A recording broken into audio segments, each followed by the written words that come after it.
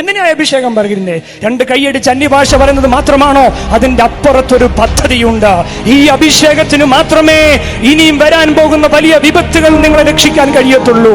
ലോകത്തിൽ ജീവിക്കുന്ന യുവതലമുറകൾ സമൂഹത്തെ നോക്കി വിളിച്ചു ചോദിച്ചു, ഇനിയും ഈ യുവതലമുറയ്ക്ക് ഈ മണ്ണിൽ ജീവിതം സാധ്യമാണോ എന്ന് ചോദിച്ചു.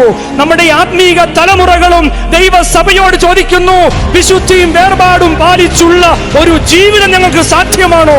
ഞാൻ ഉറപ്പ് പറയുന്നു, ഈ അഭിഷേകം നിങ്ങളുടെ കൈക്ക് പിടിക്കും. ഈ അഭിഷേകം നിങ്ങളെ ദൈവ കൃപയിൽ നിർത്തുവാനിടയായി തീരും. ശദ്രക്ക് മേശക്ക് അബേദ്നെഗോവിന്റെ ജീവിതത്തിൽ ആഹാരം കൊണ്ടും ആരാധന കൊണ്ടും ആചാരം കൊണ്ടും അവരുടെ ആത്മീകത്തെ മറിച്ചിടുവാൻ പിശാച് തന്ത്രം മെനഞ്ഞു.